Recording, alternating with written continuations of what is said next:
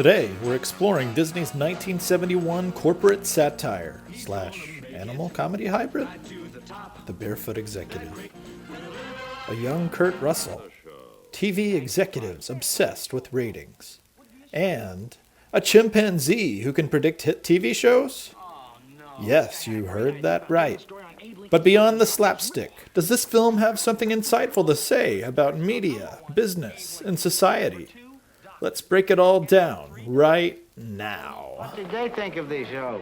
They thought it was fine, too. Just fine. How'd the showing go out there? Fine. Well, the ratings will be out in the morning. They'll tell us the story, Francis. Yes, they certainly will. Good night, Francis.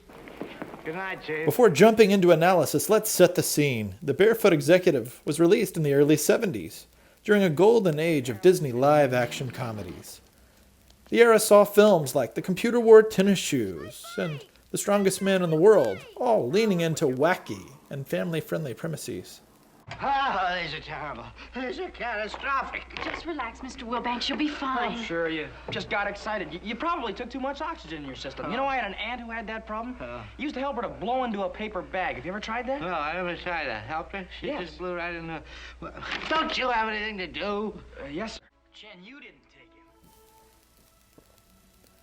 Kurt Russell had been a Disney regular since his childhood, and this film further solidified his place as their go-to young star. Directed by Robert Butler, known for his work in television, the movie blends broad comedy with a surprisingly sharp critique of corporate media.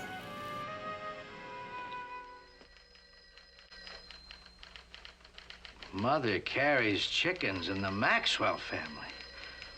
Well, who would ever figure that those two shows would end up on top? Nobody in this town, that's for sure.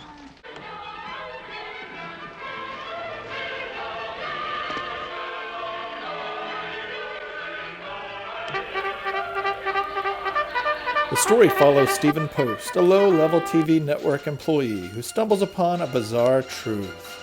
His girlfriend's pet chimp, Raffles, has a flawless ability to predict which TV shows will succeed.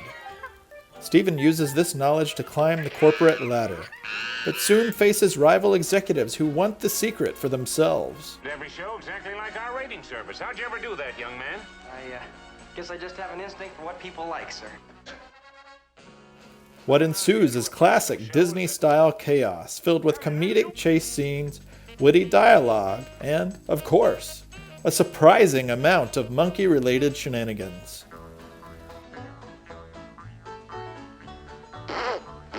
What was that? I get a little asthma every once in a while, sir. Well, you better have that checked. That's the worst case I ever heard. Post, if you don't like the show, just say so. So beyond the laughter, what is The Barefoot Executive really saying? Devil damn. First, let's talk about its critique of television and media manipulation. The film hilariously suggests that executives don't actually understand audience preferences. They just chase ratings blindly. The idea that a chimpanzee makes better programming decisions than professionals? That's some sharp satire right there.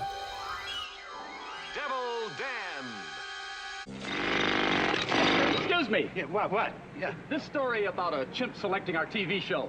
What about it? Well, I mean, do you believe it? Of course I believe it. I know it all the time.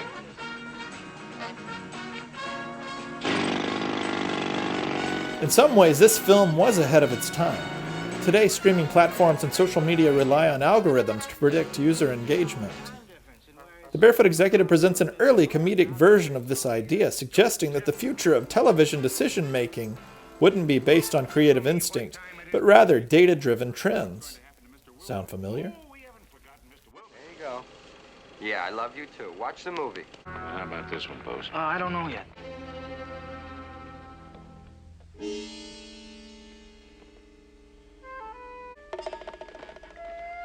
good. Oh, another winner. The movie also explores themes of corporate greed. Stephen starts as an underdog but quickly gets caught in internal power struggles. His meteoric rise comes at a cost, though, proving that in business, success often leads to ethical dilemmas. The film exaggerates these ideas for laughs, but the core message remains relevant. Oh, a commercial break.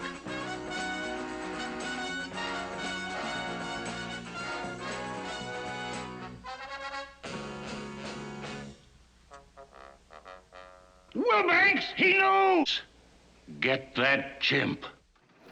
Interestingly, this film echoes real-world concerns about commercialized entertainment, suggesting that networks don't value storytelling or originality, only profit and ratings. While played for laughs, it's actually a fascinating critique of TV industry logic. So where does The Barefoot Executive fit into cinematic history? While it's certainly not Disney's most well-known live-action comedy, it marked an important step in Kurt Russell's career. His success in films like this led to bigger roles, eventually transitioning to action and sci-fi classics like Escape from New York and The Thing. Thanks, John Carpenter. As for the movie itself, it's certainly a product of its time. Some of its humor might feel dated, but its satirical take on media manipulation remains strikingly relevant. Plus, if you enjoy classic Disney comedies or just want a fun deep dive into 1970s corporate absurdity, it's definitely worth a watch.